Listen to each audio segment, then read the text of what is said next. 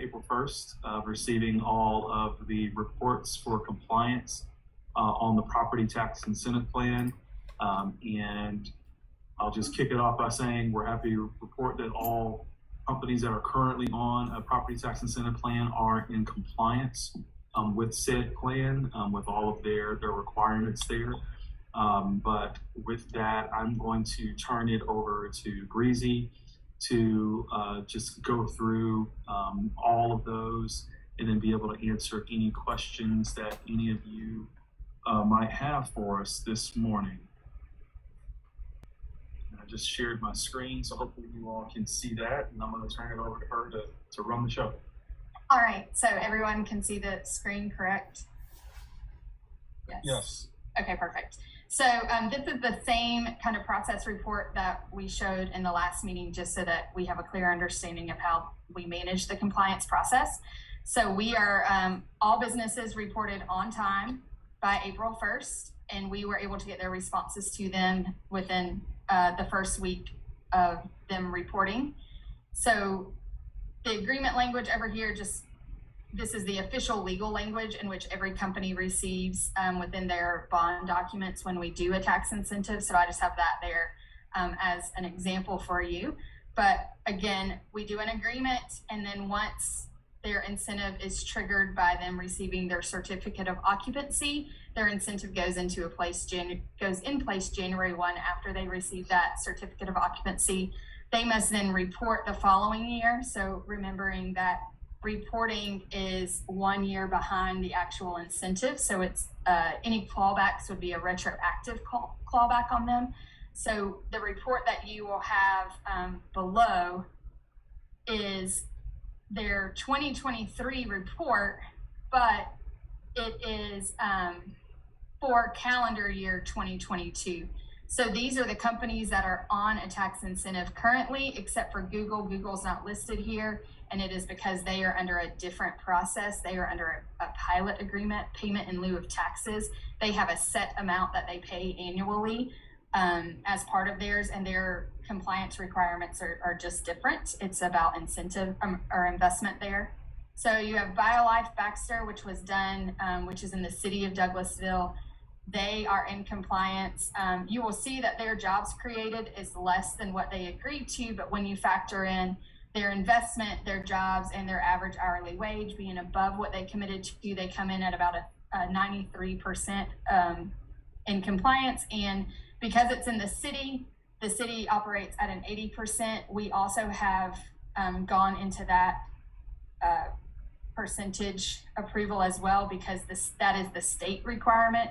So the Georgia Department of Economic Development and the Georgia Department of Revenue require an 80% compliance. So we are following suit with that. Gordon Food Service is also in the city limits. They have hired 429 as of December 31st. They had committed to 400. They committed to an average wage of $22.35. They pay an average of $34.01. So they are above the 100%. KHE is another one.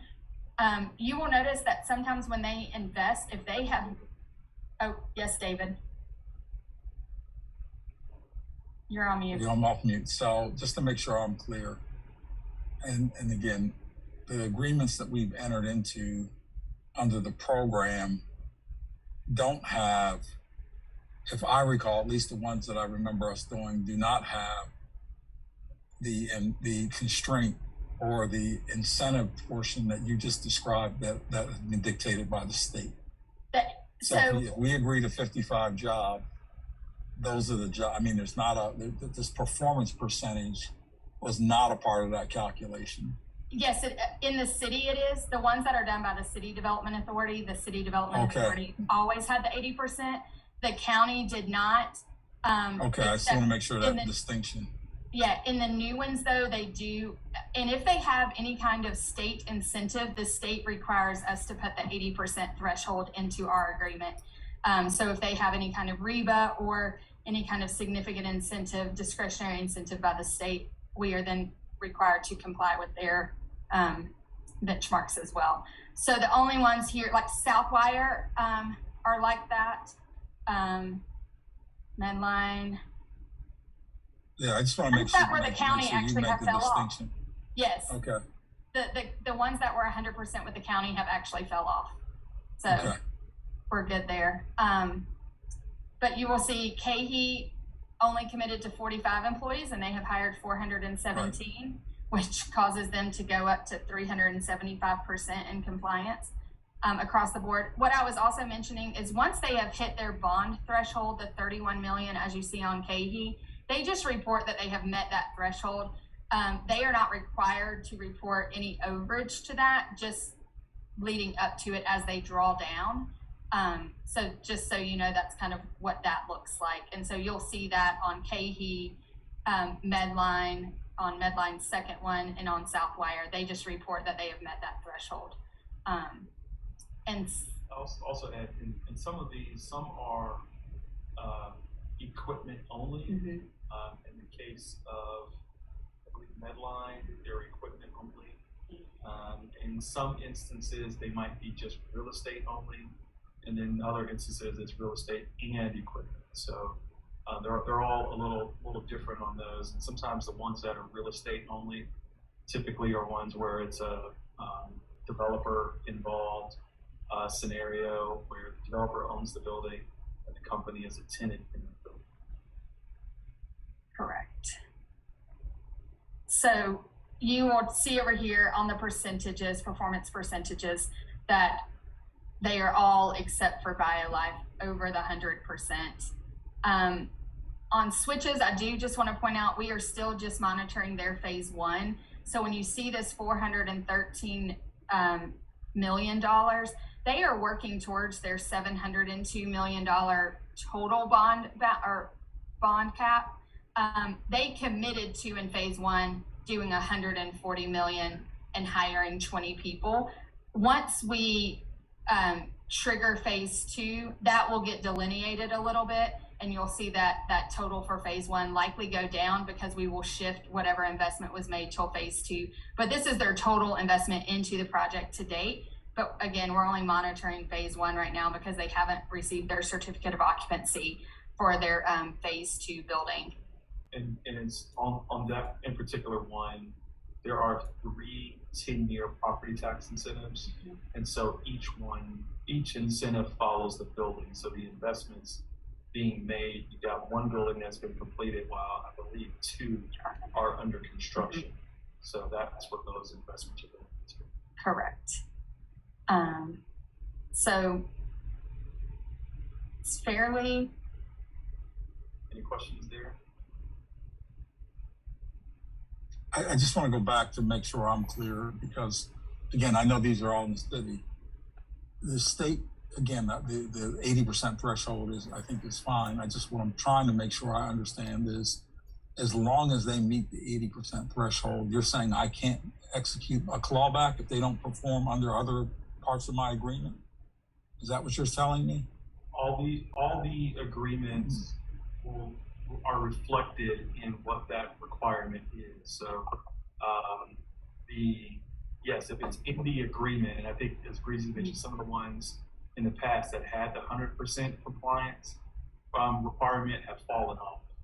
So and so going forward though, I'm trying to understand how the state can dictate what I'm foregoing my own property tax dollars. How the state can dictate that I can't get my property tax dollars, some clawback, if they don't perform under the specifics of the metrics that I require from my county. I'm trying to understand how that works. Yeah, and I don't know how to make it complicated, but yeah. It's more of the state when they have a REBA. In our particular situation, it's a REBA grant. Right. And those REBA grants, they call for the 80%. Basically threshold in order to maintain that grant, and then we comply with that for it's more or less for the company's I don't know, I guess ease of process, right? Instead of having 2 different thresholds of commitments, we commit in that agreement. So we're not it's not that it's not in our agreement, it is in our agreement that 80% is in there. And it's just compliance. And so what we added that component in the tax incentive ordinance that in the event of a state discretionary grant, we apply the 80%. Okay, yeah, and again, I'm not saying you guys haven't done that. Yeah. At some point, we need to make sure that's clear. Correct. Because I probably, I mean, obviously it's all important. 80% is a legitimate threshold. Yeah. I'm struggling with how I'm, again, under a clawback. I mean, again, most of these things work out, so it's not that they don't. But in the event that it doesn't, I want to claw back. I've waived part of my right to do that, and I'm not sure that's clear. I'm not sure my board is clear that they're giving that, and I'm not saying they wouldn't do it anyhow, but that's again, as close as I am to this program, this is the first that I'm aware of it. So I'm sure they're not. So in any case, that's fine. Rosalind, are you on the call? Yes, I am. Do we have any for the GASB statements? Do we have to have the revenue loss calculation? Do we need any additional information out of this for GASB? I mean, for reporting purposes, don't we need? Yeah, I think I need this worksheet. You guys provided me the report year for 2021, correct? Because you were still working on this one, right?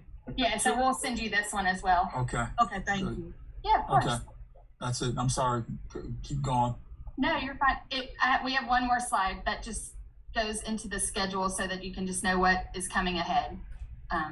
So this shows you where they were last year. This is where we anticipate, this is their percentages this year, what year they are in the plan. And then next year, just looking ahead so we can monitor who's falling off. For instance, next year will be BioLife's last year on the plan. It will also be Gordon Food Service last year on the plan. So we will be recouping a significant amount of tax dollars once their incentive plans expire, which is the purpose of these, right? Is to get them here and give them a little bit of leeway or incentive to come, and then they become fully taxable after the program ends. So a fair amount are falling off next year, but we also have some coming on in year one. Breezy, this is Steve. Gordon Foods, there is some addendum to them coming off, which says for 2025 and 26, they could still be on. They could. That's if 40% of their employees are Douglas County residents, and they haven't met that threshold as of this year. Okay. So we will know. We'll be able to tell you if that is, in fact, what will happen. We don't anticipate that happening, though. Got you. And for West Rock, I am not showing their MOU. Is it for real property as well? Theirs or is it just personal? Theirs is just personal. Equipment only. Okay, it's personal property only. Mm-hmm. Thanks. But do you need that MOU? Yeah, I would like a copy of the MOU. I'm not seeing it in my files. Okay. Yeah. As well as if I could get a copy of this presentation. Yes, we will definitely send this presentation to you guys. And Steve, if there's any others that are not in the permanent file, please let us know and we'll get those over to you today. Appreciate that. Yeah, I'm just gonna match back what I've seen today with what I have with real property, and I look at the personal ones also. Thanks. We have a better detailed spreadsheet that tells you whether it's real or personal, and then what jurisdiction passed it. I'll also provide you a copy of that. Appreciate that. Thanks, Bree. Yes, absolutely. Any other questions that you have?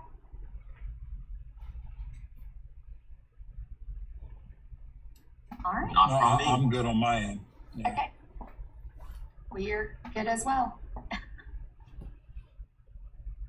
Okay. I mean, if this is, I think this is all positive news, and I'm sure the board will be happy to know that everyone is in full compliance. Chris, if you want to send that report over to us, we'll end up preparing something to make sure it's distributed to the current BOC, and we'll move on to the next quarter, till we have our next meeting. Sounds good. Thank you all. All right, thank you. Thank you. Have a good day. You too. Bye-bye.